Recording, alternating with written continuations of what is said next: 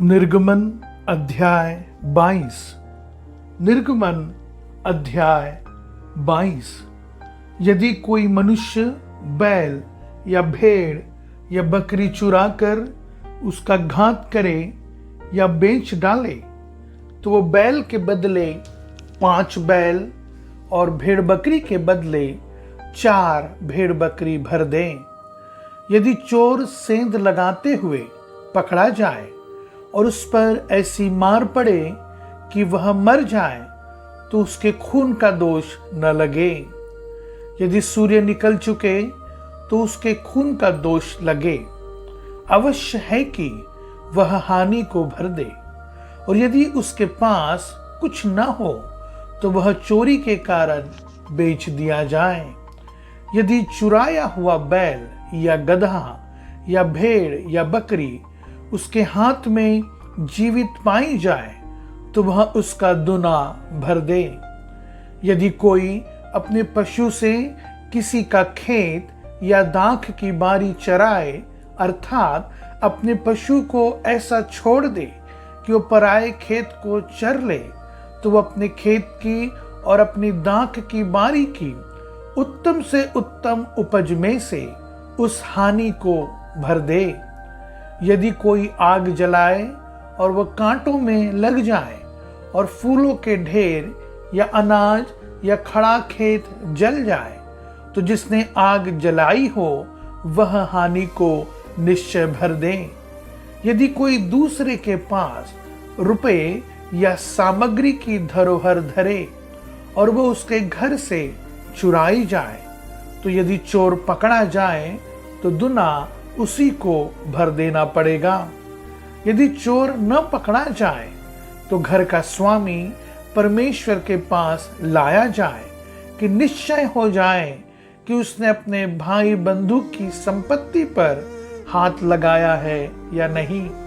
चाहे बैल, चाहे गधे, चाहे भेड़ या बकरी, चाहे वस्त्र, चाहे किसी प्रकार की ऐसी खोई हुई वस्तु के विषय अपराध क्यों न लगाया जाए, जिसे 2 जन अपनी अपनी कहते हो, तो दोनों का मुकदमा परमेश्वर के पास आए। और जिसको परमेश्वर दोषी ठहराए वो दूसरे को दुना भर दे।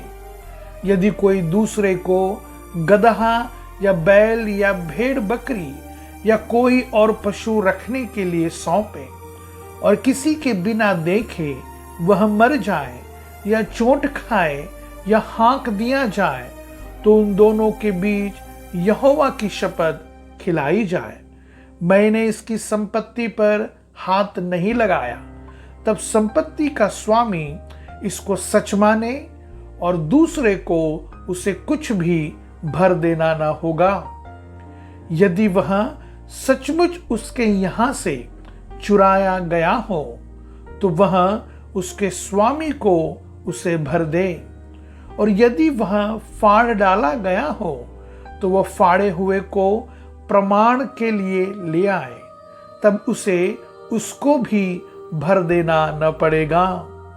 फिर यदि कोई दूसरे से पशु मांग लाए और उसके स्वामी के संग न रहते उसको चोट लगे या वह मर जाए, तो वह निश्चय उसकी हानि भर दे। यदि उसका स्वामी संग हो तो दूसरे को उसकी हानि भरना न पड़े। और यदि वह भाड़े का हो तो उसकी हानि उसके भाड़े में आ गई। यदि कोई पुरुष किसी कन्या को जिसके विवाह की बात न लगी हो फुसलाकर उसके संग कुकर्म करे, तो वह निश्चय उसका मोल दे के उससे विवाह कर ले। परंतु यदि उसका पिता उसे देने से बिल्कुल इनकार करे, तो कुकर्म करने वाला कन्याओं के मोल की रीति के अनुसार रुपए तौल दे। तू जादू टोना करने वाली को जीवित रहने न देना। जो कोई पशु गमन करे वह निश्चय मार डाला जाए। जो कोई यहोवा को छोड़ किसी और देवता के लिए बलि करे, उसका सत्यानाश किया जाए। तुम परदेसी को न सताना और न उस पर अंधेर करना, क्योंकि मिस्र देश में तुम भी परदेशी थे।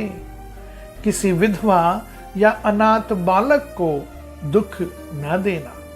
यदि तुम ऐसों को किसी प्रकार का दुख दो और वे मेरी दुहाई दे, तो मैं निश्चय उनकी दुहाई सुनूंगा।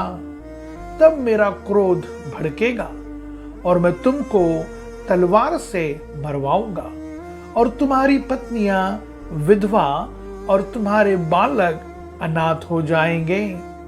यदि तू मेरी प्रजा में से किसी दीन को जो तेरे पास रहता हो रुपये का ऋण दे, तो उससे महाजन के समान ब्याज न लेना।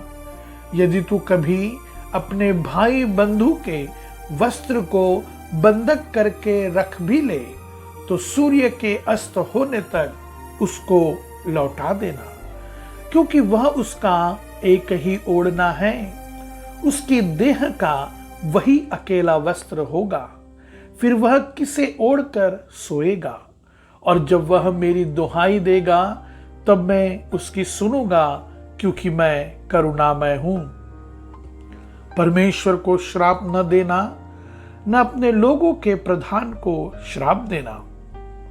अपने खेतों की उपज और फलों के रस में से कुछ मुझे देने में विलंब न करना। अपने बेटों में से पहिलौटे को मुझे देना। वैसे ही अपनी गायों और भेड़ बकरियों के पहलौटे भी देना। 7 दिन तक तो बच्चा अपनी माता के संग रहे, और 8वें दिन तू उसे मुझको दे देना। तुम मेरे लिए पवित्र मनुष्य बनना। इस कारण जो पशु मैदान में फाड़ा हुआ पड़ा मिले, उसका मांस न खाना, उसको कुत्तों के आगे फेंक देना।